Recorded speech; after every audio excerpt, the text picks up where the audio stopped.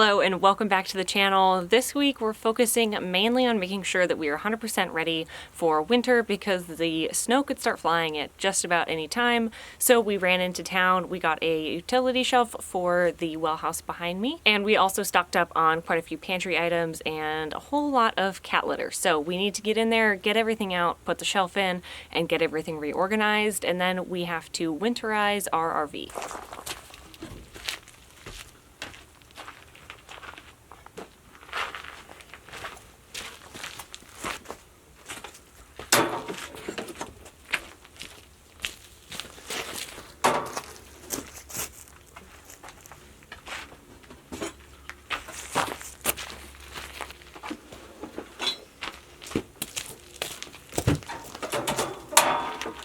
Is that like suction to it?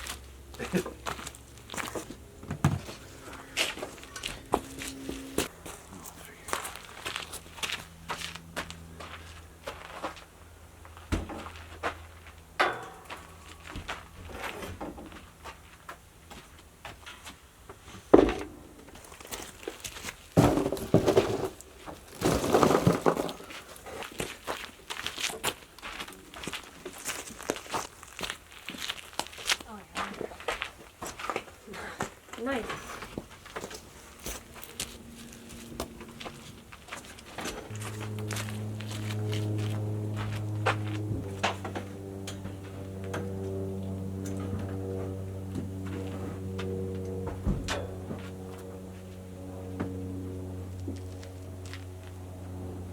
And then I have all that extra paper towel. I actually don't know where to put it, so maybe I'll put it in here.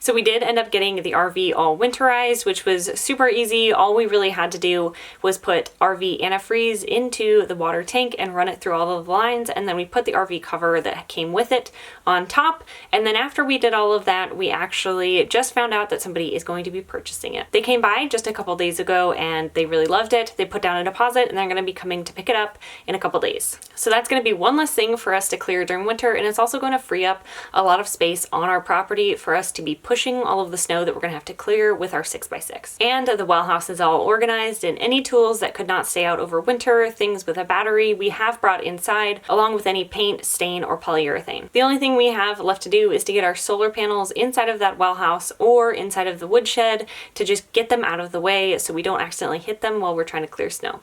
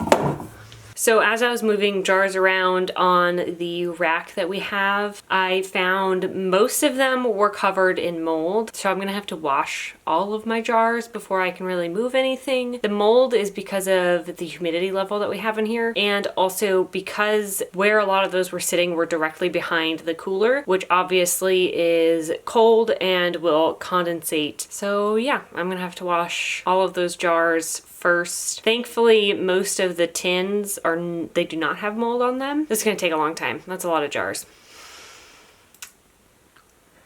But we're learning something new all the time. And I knew humidity was gonna breed mold, but I just didn't expect it to be so bad. And it's extremely hard to air out without opening all of the windows and having the fan going, which I think I'm gonna do anyways. Open everything up, get the fan going, maybe start a fire, and hopefully dry everything out. Oh, that sucks. And you know, on our move, we did end up losing quite a few things because of mold. And I don't think that this would have actually been an issue if it wasn't on the bottom directly behind the cooler. So I'm gonna try to see if there's a different spot I can either put the cooler or put something else down there that is less likely to mold. But the wood is also showing signs of mold, which really sucks. And I don't know what to do about that. Well, I guess I'll just get started then.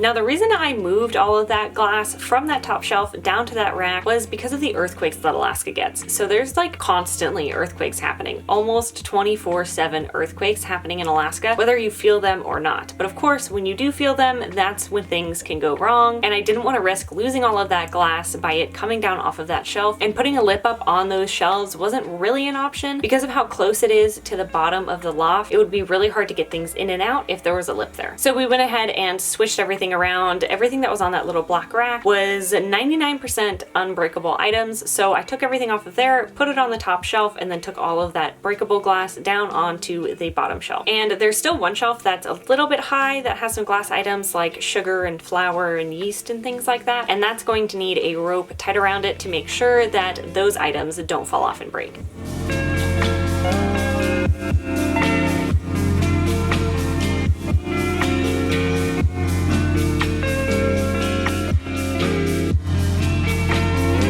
If you guys follow us on TikTok, you probably saw that I got in some blue fabric dye. So today we are going to attempt to dye all of my kitchen towels a nice dark blue color. I am trying to stay away from black and white colors in the cabin. It's just not the jam for living in the woods. So I decided that I wanted to do blue because we already have a blue rug in the kitchen, and I have a peel and stick wallpaper to add to the island that we made. It is white with like these little blue twigs on them, and I think it's super cute. So I'm going to add that to the kitchen island and hopefully make everything a nice blue color. And then next year I do plan to paint all of the cabinets blue as well when we go to redo the countertops. So first things first, I need to fill this pot with water, a cup or two of salt, and some dish soap.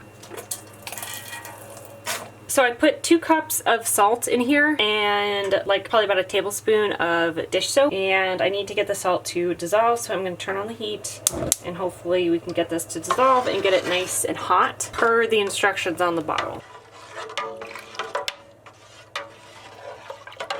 All of my rags are already washed as well, so they're nice and damp and clean and ready to go in here once it's all heated up and we add the dye.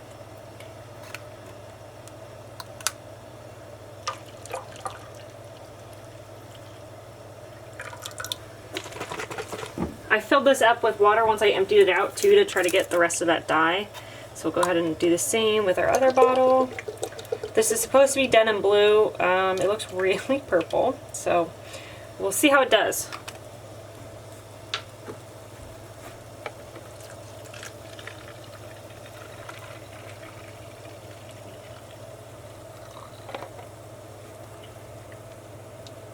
that's super purple. Uh-oh.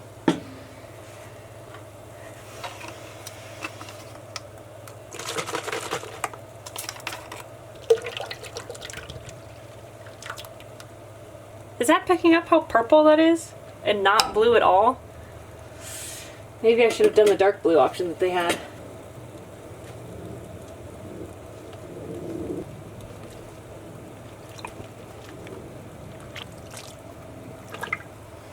The goal too with dyeing it dark blue, aside from obviously to like match the kitchen, is hopefully this will hide a lot of the dirt. Because, you know, living in the woods, it gets quite dirty here.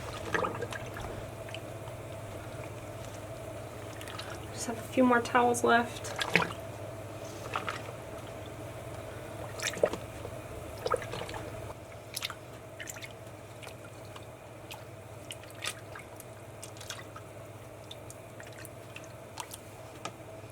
Gonna try to get everything submerged and then we'll leave it. So it says to stir consistently for 30 minutes until desired color is achieved, and I really don't want to stand here for 30 minutes and stir this. I mean, so far so good though. It's pretty blue. A lot less purple than I thought it was gonna be. It's looking pretty good. I know I should be wearing gloves. I'm not terribly concerned about it. If my hands get dyed, they get dyed. Okay, well, we're gonna leave this. I'm not gonna sit here and stir it. Okay, we're gonna do this as carefully as we can. And we're gonna keep this going.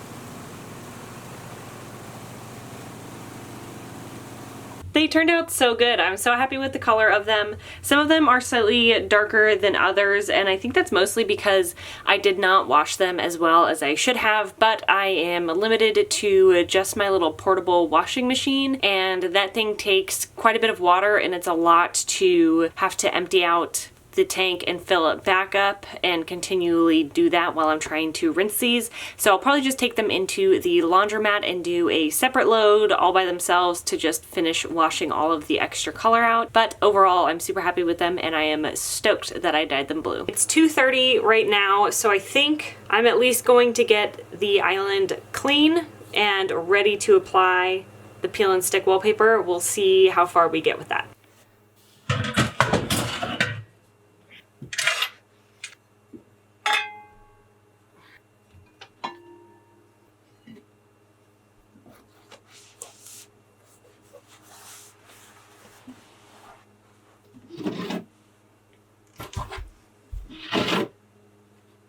I think I'm just going to do this like one section at a time so I don't bite off more than I can chew, and I can kind of do it in stages.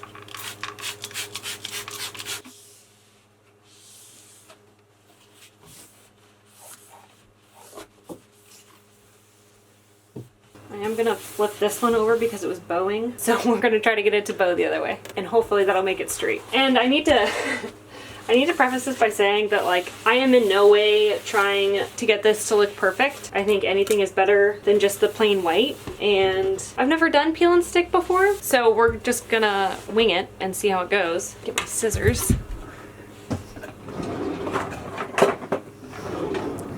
And probably a knife. Okay, so I think we're just gonna start on this guy. Isn't that so pretty? Okay.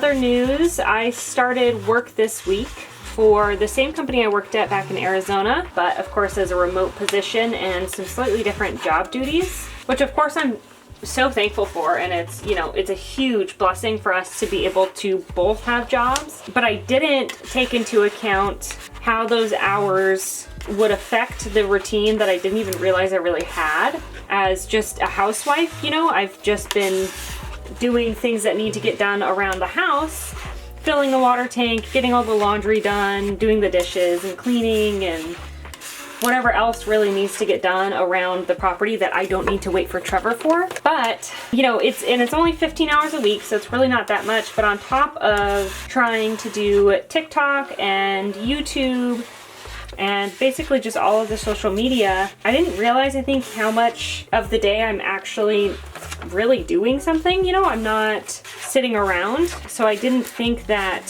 15 hours would be that big of a deal. But as it turns out, that's actually a lot of my time during the week. So all that to say, I just don't know if I'll continue to post on YouTube once a week. I guess it just kind of depends on what I'm doing and what kind of content I have, because I don't want to put out, you know, half videos for you guys, but I also don't want to run myself ragged, you know, trying to do everything and then some, especially because I don't like to work when Trevor's not working.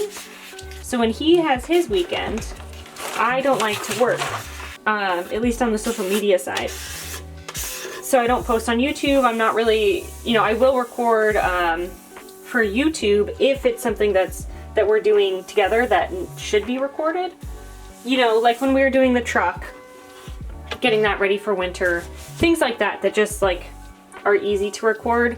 But I don't want to go out of my way to try to make content while also trying to spend time with my spouse, because I think he's more important.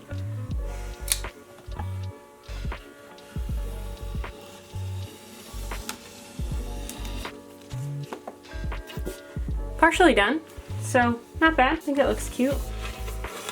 We'll see if it holds up, I guess, but that's really cute. How exciting. Okay, but so what I'm trying to say with me working, of course, is a huge blessing, and I don't plan to stop working or work less, but that might mean that social media takes kind of a back seat, and I don't know if I'll be able to post once a week. I don't know if it's worth trying to be present at all of these things.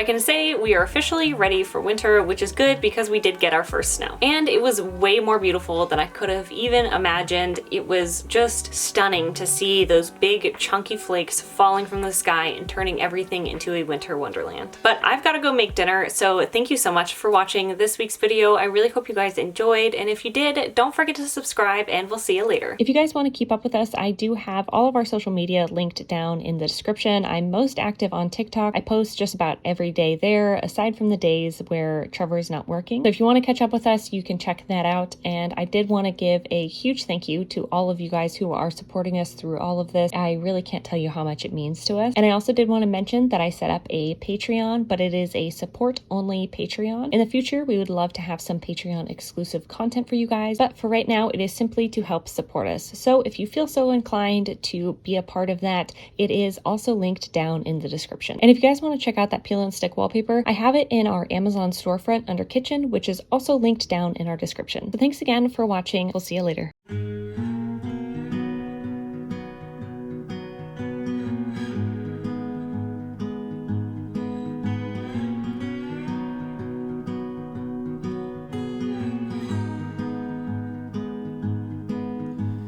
tell me, honey, will we go far? Listen, baby, don't break my heart. Yeah, this road is long ahead. Yeah, this road is long ahead. Let's take it slow.